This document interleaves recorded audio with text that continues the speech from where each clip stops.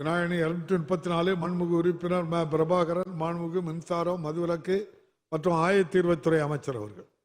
மாண்புமிகு பேரவைத் தலைவர்களே, பெரம்பலூர் தொகுதி நக்கசேலம் மின்வாரிய அலுவலகமானது தற்போது நக்கசேலம் ஊராட்சியில் உள்ள வாடகை கட்டடத்தில் இயங்கி வருகிறது. தகுந்த இடம் தேர்வு செய்து கையகப்படுத்த நடவடிக்கை எடுக்கப்படும். நிலம் கையகப்படுத்தப்பட்ட பின் புதிய மின் வாரிய அலுவலகம் கட்டுவதற்கான கருத்துரு தயார் செய்ய நடவடிக்கை எடுக்கப்படும் என்பதை மாண்புமிகு பேரவைத் தலைவராக தெரிவித்துக் கொள்கிறேன். மாண்புமிகு உறுப்பினர் பிரபாகரன். மாண்புமிகு பேரவைத் தலைவர்களுக்கு வணக்கம். மாண்புமிகு தமிழ்நாடு முதலமைச்சர் அவர்களுக்கும் தமிழ்நாடு துணை முதலமைச்சர் அவர்களுக்கும் வணக்கத்தை தெரிவித்துக் கொண்டு, இன்று மானிய கோரிக்கை அளிக்க இருக்கின்ற எங்களது மாவட்ட பொறுப்பு அமைச்சர் அண்ணன் சாசி சிவசங்கர் அவர்களுக்கும் எனது வணக்கத்தை தெரிவித்துக் கொண்டு, புதிய அலுவலகம் கட்டித்தர நடவடிக்கை எடுக்கப்படும் என பதிலளித்த அமைச்சர் அவர்களுக்கு நன்றி.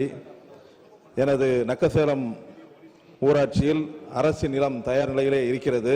எனவே இந்த ஆண்டே நக்கசேலம் மின்வாரிய அலுவலகம் கட்டிடம் கட்டித்தர வேண்டும் என்று அமைச்சரிடம் கேட்டுக்கொண்டு, பெரம்பலூர் சட்டமன்றத்திற்கு உட்பட்ட பெரம்பலூர் நகர பெரம்பலூர் மின்வாரிய அலுவலகத்தில் 38,000க்கு மேல் மின் இணைப்புகள் இருக்கிறது.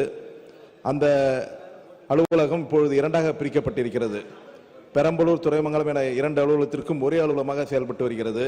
எனவே தற்போது அலுவலகம் உள்ள வளாகத்திலேயே துறைமங்கலம் பிரிவு அலுவலகத்திற்கு புதிய அலுவலகம் கட்டித்தர அமைச்சர் அவர்கள் முன் வருவாரா என தங்கள் வாயிலாக கேட்டு அறிய விரும்புகிறேன். மாண்புமிகு அமைச்சர் அவர்கள்.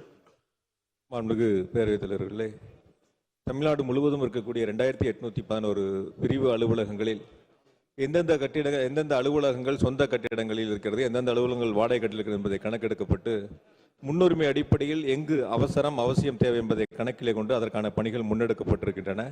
அதேபோல பெரம்பலூர் தொகுதியில் மாண்புமிகு உறுப்பினர்கள் சுட்டிக்காட்டிய 2 அலுவலகங்கள் ஒன்று கட்டிடம் வேண்டும் என்று சொல்லியிருக்கின்றார். அதையும் வரக்கூடிய ஆண்டுகளில் நிதிநிலைக்கு ஏற்ப அரசு பரிசீலிக்கும் என்பதை மாண்புமிகு பேரவைத் தலைவர் தெரிவித்துள்ளது.